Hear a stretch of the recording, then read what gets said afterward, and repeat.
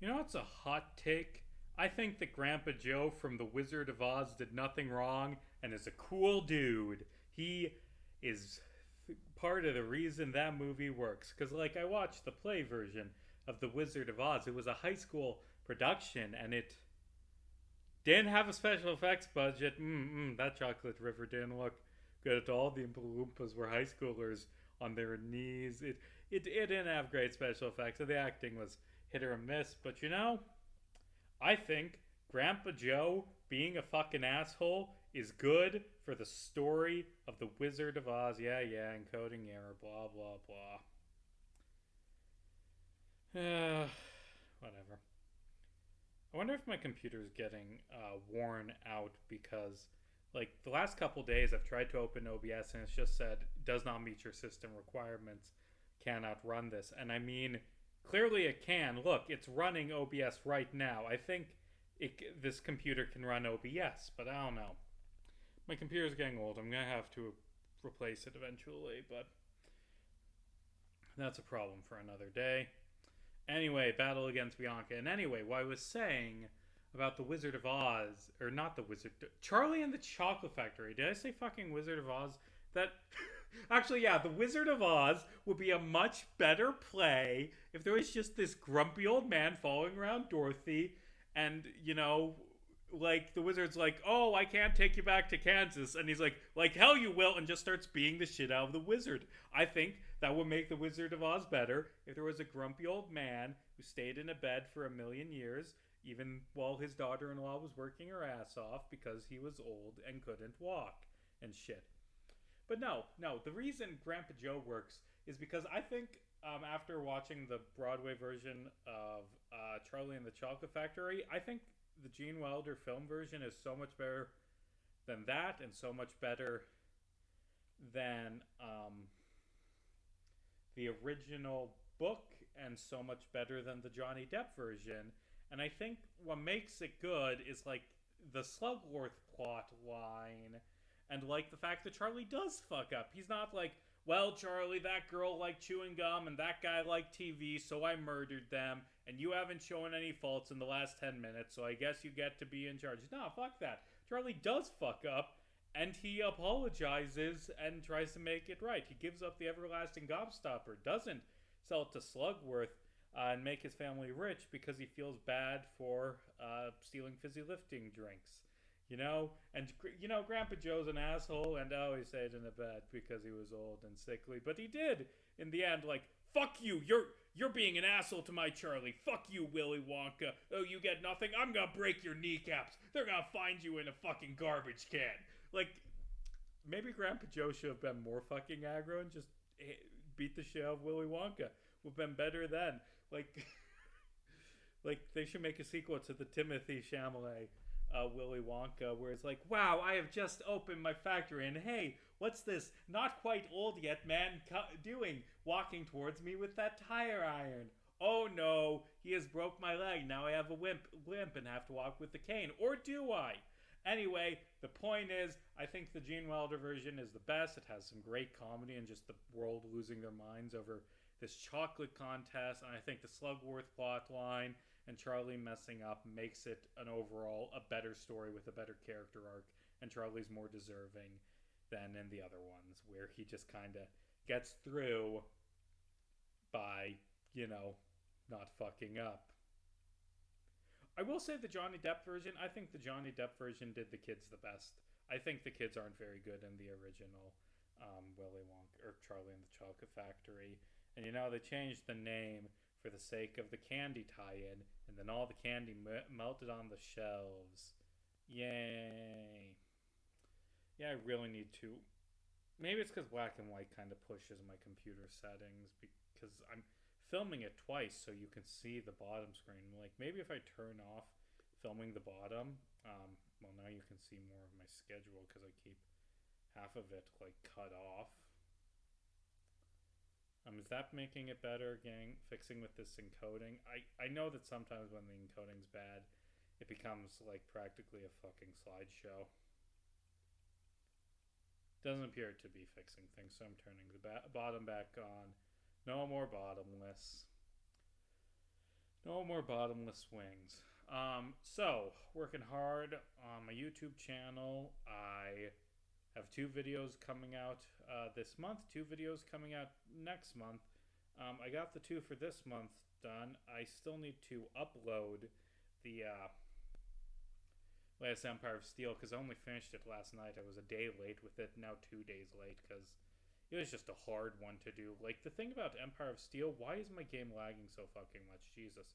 The thing about Empire of Steel and my D&D stories is that, like, it isn't the duration of the video, it's different things take different lengths to make action and fight scenes. That takes so long. Every time there's a new area introduced, that I have to go track down some images and like get that set up, and that's not as much. But like scenes especially take time, a lot of time. And the latest episode, Mask Off, is just fight after fight after fight. The next couple are probably going to be easier. Like the part 14 I've written out, it's going to be the longest D&D story I've ever made, and it won't be that hard of a video to make because so much of it is dialogue. There's going to be a few complicated shots, but a lot of it is just dialogue. Also working on my Batman video, and I'm going to have like written out over top rightish what I split up these last 2 videos of the year, what I have to work on each of them each week, and I'm going to try and get that done, and then I should be good. And yeah, I'm just getting so much lag from this game. It's kind of bad. I apologize for the bad video watching experience, but I cannot afford for this series that gets 3 views of video to buy a new laptop. I mean, it would be good for editing, but I don't know. God damn. Water pulse. Yeah, I actually think this. I'm pretty sure Duat actually has. Well, I definitely want that over water sport, but I actually think it has a better special attack than physical attack, or maybe that's just the nature I have. What else have I been watching lately? Because this is a lot where I talk about things that I've watched. Fucking Death Battle did the peakest of all fucking peaks with Bowser versus Eggman. And I'm gonna spoil the shit out of it. Go watch it if you don't want it spoiled. Where it's like, god damn, that was good. That was just so fucking good. One of the best episodes they've ever made. I think it's up there with Goku Superman 3 and Popeye versus Saitama. It's definitely top 3 and maybe even the best ever. It's an army fight. Army fights are always good. We get a bunch of characters and fucking Infinite, man.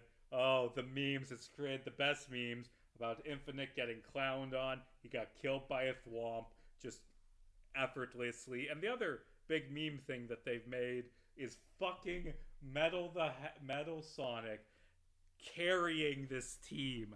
Like, this is Eggman's army with 100% strength. This is Eggman's army with 99% strength. Metal is the MVP, and motherfucking Bowser taking on all of that army by himself, kicking their asses, tanking a fucking cannon shot, like from the Eclipse cannon, to protect all of his minions, and then all of his flesh burns away, but that's fine, because canonically, he can just survive with as bones, like in New Super Mario Bros. And God, there was just so many good moments in like that video, like in the analysis, Boomstick jokes that he hates Bowser because he's always doing chance time during Mario Party, and then in the middle of the battle, oh no, Eggman's team is winning, and what's this? What just popped up? Oh, it's chance time. Bowser steals the Phantom Ruby using chance time. That's awesome. And like at the end, like he uses his power to turn people into question blocks on the Death Egg, just a giant question block in the sky, and he pops it by just punching Eggman at it and killing him. That was a good battle. Good fucking battle. Great episode. You're not gonna fight me? What? Well, I'm not good enough to fight you, goddamn hiker? I'm gonna kick your ass. Oh, we got a wild Pokemon. Wild Pokemon. What's it gonna be? What's it gonna be? What's it gonna be? This wild Pokemon on Route 4. There's a lot of great catches on Route 4. I can deal with. I am good with that. I technically already have a fighting type, but God, Darmanitan is so excellent. I am completely fine with getting a Darumaka and adding it to my team. Also, like, you can't go wrong with more fire coverage. Fire is a great type. or excuse me, fighting coverage. This is a great gym for fighting. Gem for fighting. Don't one shot. Don't one shot. Okay, almost one shot. Almost one shot. Oh, oh, this is bad. This is bad. It's gonna be killed by the sandstorm if I don't catch it, and I'm going to die if I don't switch out. So I'm going to. That sandstorm shouldn't kill, and then I will have one shot with an ultra ball, or whatever ball I have. Oh, I forgot about the sandstorm, and I overestimated how much damage I would do. I've only got a great ball, but that's fine. Come on, Daru Maka, Daru Maka, Zazu, Manatan. Something fairy Jacques, something fairy Jacques. Get in the ball and get named after Hell's Carnage? Yes, yes, thank you, viewer of mine who has a cool name. Thank you for having a cool name, because now I can give my Darumaka a Hell's Carnage. Oh, that is a great name for a Darumaka. This is on my What Killed Homestuck, and I don't like What Killed Homestuck very much anymore. I've grown a lot. I disagree with a lot of the points I make in that one. Oh wait, no, this is a different comment than the one I was thinking of. I disagree on the last bits not being strong. Homestuck was doing great. Hold on, got a name, and yeah, I'm camel casing or Pascal casing, whichever one it is. You're going to be Hell's Carn instead of Hell's Carnage, but that's fine. Homestuck was doing great, and Collide was a great flash, but just jumping straight to the end right after was an odd choice, and there were still a few things left unanswered. It felt rushed in a sense because of them just jumping straight to Act 7 and then the end credits. Otherwise, the comic was great. I actually kind of disagree with this. Because of working on this Homestuck alternate endings video and all the alternate fan endings are very fond, I've seen, of having a lot of dialogue in between Collide and the ending, and turns out if you do that, it kills the pacing. Holy shit. Like, that's the biggest hit to pacing possible. I think the comic was actually right to just skip to the Rapture. Like, it should have handled things before Collide. There were a few, like, I would like some resolution for Jake and Dirk, and there are a few characters who kind of get on the back seat in the ending, but I think just for pacing reasons, it was the smart choice to cut that. Also, I've been reading the sequel out of curiosity, and there's an entire part where Vriska is basically held accountable for all her actions. Yeah, I know about the hyperbolic Hell-Tier chamber. I've been reading Homestuck Beyond Canon. I enjoyed the hyperbolic Hell-Tier channel. I love the stuff with Tavros, where it's just perfect encapsulation of all of... Actually, I'm pretty sure there's a healer, like, in the house up here. It's an encapsulation of all of Vriska's problems, like... Oh shit, there's a fight with Charon. I'm going to heal up before the fight with Charon. I'm not going to read all that. That's a lot. But yeah, the Hell-Tier chamber is great. Vriska growing is great. And it's making Vriska grow by being aware of her problems and how much she needs to fix them in the comic. She's literally being drawn a bit older. That's good. It's actually kind of interesting and made me think of the better parts of Homestuck. As bad as the sequel is, I think they realized at some point over the past 2 years that just writing bad fan fiction wasn't the way to go, and are trying to salvage it a bit with what they have. At least that's what I'm hoping. I'd love for the sequel to be good, I really do, but it has a lot of bandages to apply with the way it was written before it gets to that point. And like, this is what I'm thinking about, because I'm working on those alternate ending to Homestuck video, and I talked about Homestuck 2 and that. Homestuck 2 wasn't trying to write bad fan fiction. The epilogues were trying to write bad fan fiction, and it was good, and goddamn, this hallway with the people just lags the shit out of the... Oh god, I need a better computer. Homestuck 2 wasn't trying to write bad fan fiction. It was trying to be a sequel to a story that played around with the concept of fan fiction, and the epilogues were very well written.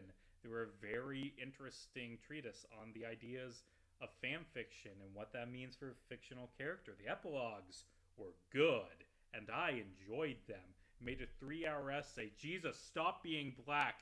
Oh god, that's bad out of context. Okay. But no, the epilogues tried to be bad fan fiction, and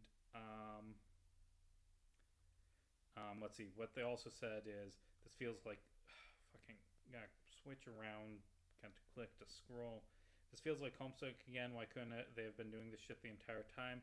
Like, there's a lot of potential to be good. The writers just need to stick in the direction. There's a huge difference in the vibe between the start and the last year. It feels like they were just writing bad to be bad. Now they're like, shit, we actually want to do something good. We fucked up. Let's salvage it the best we can. See, that's wrong, because I think the shit we fucked up, let's try and salvage that, was Homestuck too. Beyond canon, the, like, revitalization brought back. I'm going to have to end this early because of this lag. I think that, I think the epilogues were written to be bad, not bad on purpose, but to have, like, I made a whole 3-hour essay, you know what I mean. Like, the epilogues were written in an interesting way. They're an analysis of fan fiction and what that means. And the epilogues are well written enough to do that, like, shit, we're back in Homestuck and things are bad again and everyone's out of character, and, like, have it work. But, like, Homestuck 2 is, like, very much trying to band-aid that over. It, like, doesn't. It very rarely goes into the in-your-face meanness of the epilogues. The one time we get a moment of that is with Yiffy, who exists only because this is a thing Andrew Hussey demanded was vital for the outline. And I feel like if you look at that scene again with fresh eyes, you can see that the Homestuck 2 team tried really, really hard to avoid angering the fan base, because they knew that the fans are going to be mad about Yiffy, this thing that Andrew Hussey told them to include. So they're like the thing that gets me is Kanaya is like, this has not affected our relationship at all. I don't consider this cheating. Everything is fine. That's how Yiffy is introduced, with them saying it's not a big deal. We're not writing bad. We're not trying to anger the fans. Everything is fine. And then, like, what Beyond Canon does is, like, you fuck my wife. It has, like, Kanaya strangle the shit out of Jade. It has Jane gets shot in the head and Vriska go to hell. It's like, the art's getting better and we're getting more big dramatic moments, and it's like having shit happen instead of just trying to smooth over the outline that they were given, is what my take on Homestuck 2 is, or Beyond Canon is that it's good because it's getting mean again, and it's being willing to be hostile to the audience and just be bloody and gory and violent. At least that's what I think, you know? Okay, Charon on Route 4. Let's pull up on the Nuzlocke guide. He starts with the Super Luck Petive. Let's see. So Timber can probably take out that Leopard. I guess this is gonna be... Okay, I got an idea. I know how this battle's gonna go. I know how I'm gonna do it. Wait, do I have any non-water moves on my do-what? And after I beat Charon, I'm ending this. What else is on my list of things to talk about? Start watching the latest season of What We Do in the Shadows. It's the final season, which is honestly a bit of a shame, because What We Do in the Shadows is such a good fucking show. It might be my favorite show, period. I love What We Do in the Shadows. It has just been excellent for multiple seasons, and it's been great. The last one I watched was the Nandor's Army one. I love okay, we're setting up a train company. That was great. The revelation that, oh shit, we forgot to dig up this vampire guy. Oops. It's just been a good season. I wonder how this show is going to end, because it's one of my all-time favorite sitcoms. It's just excellent. Let's see. What else? I've been rewatching Breaking Bad, like an episode a day before bed I've been doing, and it's a really good show. Like, honestly, I feel like you could have cut those first 3 episodes of Breaking Bad together, maybe drop a few scenes, like, just for timing, but you could have made an excellent 3-hour movie out of the first 3 episodes of Breaking Bad. And then we get a little bit of a lull that gets some very good vital character moments that will build on going forward, with Cancer Man and Grey Matter, both good episodes. And then the Tuco stuff, which I forgot how little Tuco's in. He's just in for 4 episodes before he gets killed. And Raymond Cruz is just so good, over to the top, violent gangster. But yeah, Tuco's barely in it. Forgot about that. And the last one I watched was Grilled, which is where Tuco gets shot to death because he's a moron. You know, it's a good show. It's a good show. I don't like the Marie shoplifting stuff. That isn't better on a rewatch. It's a very good show. I think Better Call Saul might even be better. Ooh, look at me with my basic bitch ass opinions. Yay.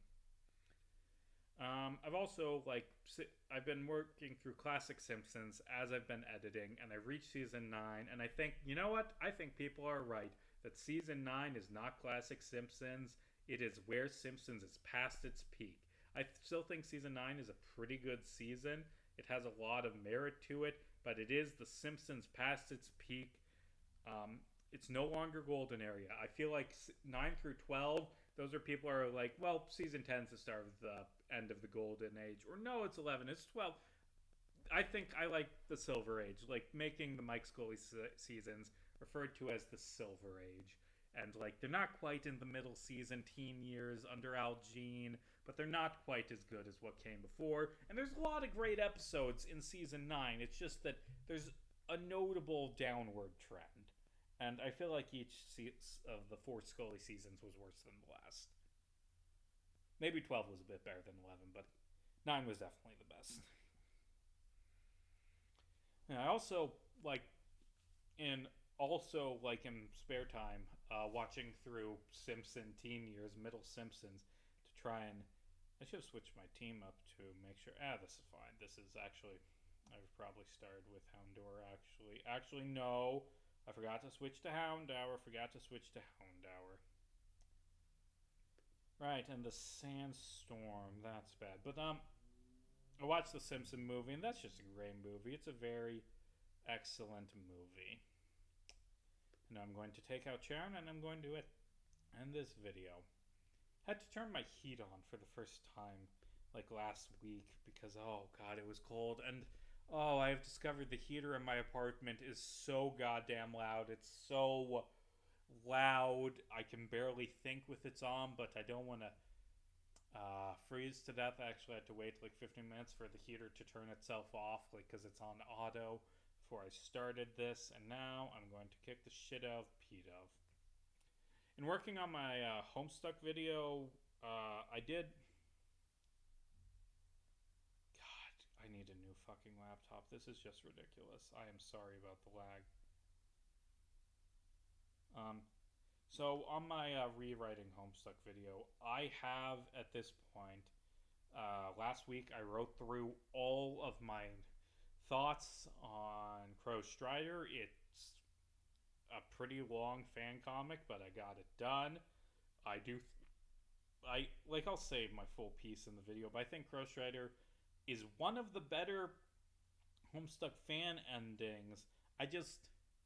It bugs me that it's a thing that was recommended to me so much, and that people are like, this is the superior ending, you should check it out because it's better. Because no, this ain't a good ending to Homestuck. It's not stylistically like Homestuck, it's not thematically like Homestuck. The characters don't feel like characters in Homestuck. There's some really nice ideas, there's some really good character moments throughout it, but it never feels even remotely like Homestuck. And the reason people are like, this is the better ending of Homestuck is because, everyone's happy and not sad and everything is nice. But that's not what Homestuck was like. Homestuck was a very mean-spirited, kind of grumpy comic where things go wrong and everyone is always kind of miserable. And I think the ending being bittersweet and a lot of characters not being satisfied is much more fitting for Homestuck than Crow Strider. But that's my 2 cents on that. And I've started writing the Acto Mega one.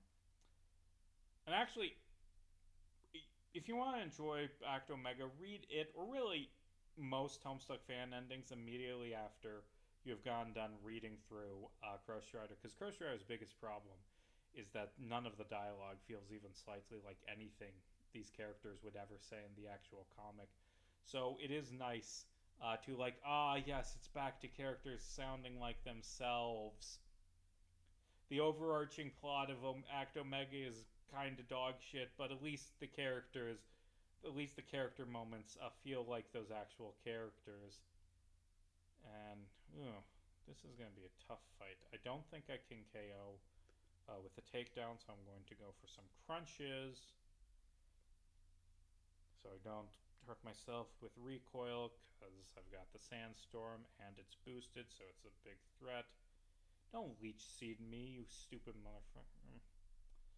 Yeah, but Actomega's fine. And then I think, let's see, after Actomega, I'm doing Home Slice. Then I gotta do Act 8. I need to do my Act 8 interview. Gotta do some script interview and get that in the video. I think I'll do it after Act 8. And then I got the interview for Homestuck done. Need to do for Burning Down the House and Mr. Tambourine Man. And Double Death of the Author is gonna be the video. It's gonna be the last of these fan comics I talk about. It's the big one. It's what every other fan comic wishes it could be. And honestly, I think a lot of the other fan comics are better than Double Death of the Author. I didn't like Double Death of the Author very much. Like, this is a spoiler, but I'm planning on doing a Family Guy bit where it's like the Drown and Godfather conversation. Before I end this video, I have a confession I need to make. I did not care for Double Death of the Author. How can you even say that? It's like the perfect fan ending. Did not care for it, but like Rose playing the rain, Jake and Dirk, Jake. That was fucking nothing. But they're like Simon says, great moments. Didn't care for the comic. What didn't you like about it? It's just again and again long scenes that go nowhere of characters apologizing. There's like 3 goddamn scenes where Dirk apologizes to Jake and it just goes on and on and on. And at the end, it just gets this big fucking 100,000 words of the characters just standing around having terrible conversations on the lily pads, and it kills the pacing. Well, that the fans wanted those conversations, wanted the wrap up, but it doesn't wrap up anything. I didn't like Double Death of the Author. I've also started writing for Cold West, which is going to be the next year's season of D&D stories. I get that written soon, and that one will be good. It's gonna be long, and I think that its sequel. I called the sequel to that the physical campaign I did, Roaring Fairies, because it's like dealing with the Fae in the 1920s. I'm like, yeah, that's a fine name. Cold Iron is a better sequel name for Cold West, because like now it's about iron and fighting fairies, but it's still sequel to Cold West. You don't get the 1920s, but I don't know.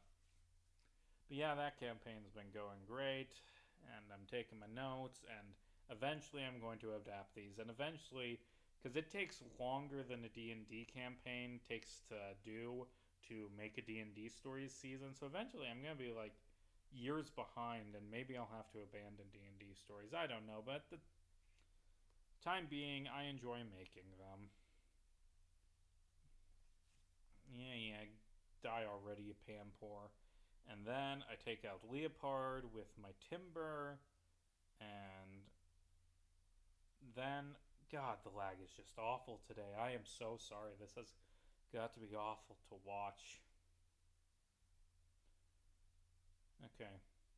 And hey, after these crappy, just feeling depressed about politics episodes, I got one where I didn't talk about politics at all this week, and I enjoyed it a lot more. I should stop talking about politics. But also, Matt Gaetz, who should be the top law enforcement officer in the country? How about, that guy who's under investigation for sex trafficking? Wait, what? Don't worry, because he resigned right before the report was going to be out, Mike Johnson has decided that the American people don't have a right to know if the new attorney general is a sex trafficker. And he got asked about it by a reporter, and he's like, why do you want to read about Max Gaetz molesting teenage girls? So we did do what you're saying. We would like to have that information. Bunch of fucking fascists. I'm not going to say what I hope happens. Ugh. So yeah, that was fucking nonsense. Also, we already had a department centered on increasing government efficiency, and now there's a second one there's going to be, assuming Trump can get it actually created. He's kind of incompetent Like, because nothing screams efficiency like creating a second department to investigate government efficiency. And this one is going to have two people in charge of it. Fucking brilliant. Fucking, it's a comedy bit. Vivek Ramaswamy and Elon Musk. Elon Musk has people applying to his new government job that he got, applying to that new department by giving him money. Man, there's going to be so much. To be clear, when I say by giving him money, I mean the only way to apply is through the social media app. You have to pay to use and send messages that he owns. Like, oh wow, we're already doesn't even exist yet, and this department is full of corruption. It's gonna be a shitty 4 years. Yeah, that's what I'll end this on. I think. Yeah.